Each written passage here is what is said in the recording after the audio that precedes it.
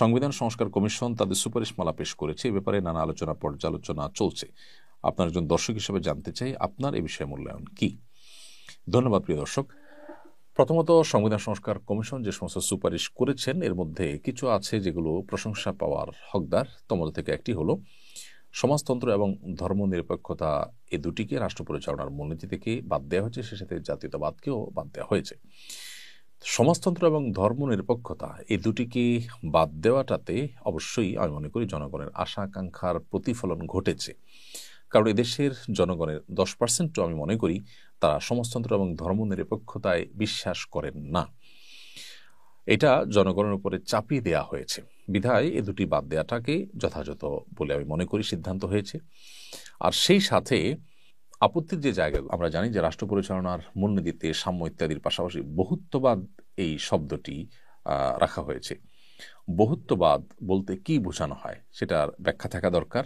এই শব্দের মায়ের প্যাচে জনগণের চিন্তা এবং প্রত্যাশার পরিপন্থী কোনো কিছুকে পুশ করাবার কোনো অপচেষ্টা আছে কিনা, কোনো দুর্বিসন্ধি আছে কিনা, সেটি আমার মনে হয় যথেষ্ট ভাববার সুযোগ আছে।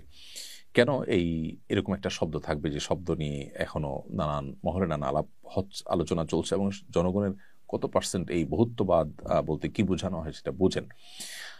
আমার মনে হয় এই শব্দটাকে বাদ দিয়ে এখানে যদি কোনো দুর্বিসন্ধি না থাকে তাহলে সেক্ষেত্রে মানুষের সংশয় সন্দেহ এটা দূর করবার জন্য অন্য কোনো শব্দ, সহজবোধ্য কোনো শব্দ যেটি আসলে খুব বেশি ব্যাখ্যা করার প্রয়োজন হয় না সেরকম শব্দ থাকা উচিত, অথবা এই শব্দের ব্যাখ্যা করা দরকার, ব্যাখ্যা থাকা উচিত যে এখানে বহুত্ববাদ বলতে কি বোঝানো হয়।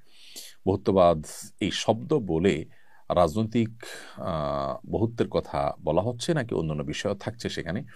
এখানে বিভিন্ন চিন্তাধারা, বিভিন্ন মতবাদ যেগুলো এদেশের সামাজিক মূল্যবোধের পরিপন্থী, এদেশের ধর্মীয় চিন্তাধারা, সকল ধর্মের মানুষের ধর্মীয় চিন্তাধারা পরিপন্থী, সেরকম কোনো কিছু যেন আমাদের আইনে কোনোভাবে আমাদের সংবিধানে যেন স্থান না পায় সে বিষয়টি নিশ্চিত করা দরকার।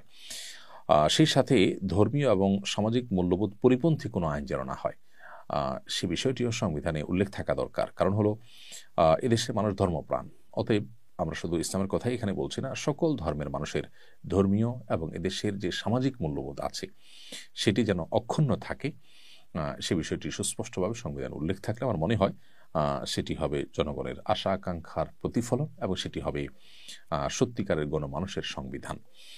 সংবিধান সংস্কার করতে গিয়ে যদি জনগণের আশা আকাঙ্ক্ষাকে বৃদ্ধাঙ্গুলি দেখানো হয় বা সেটা যদি ইগনোর করা হয়, সেখানে যদি কোনো ভিন্ন চিন্তাধারাকে চাপিয়ে দেওয়ার চেষ্টা করা হয়, তাহলে আমার মনে হয় এই সংবিধান গণমানুষের সংবিধান হবে না এবং এই সংবিধানকে জনগণ মেনে নেবে না। আমার মনে হয় সে বিষয়গুলো সংশ্লিষ্ট কর্তৃপক্ষ সদয় বিবেচনা করবেন এবং তারা এগুলোকে মূল্যায়ন করবেন। আল্লাহ তাআলা তাদেরকে সেই তৌফিক দান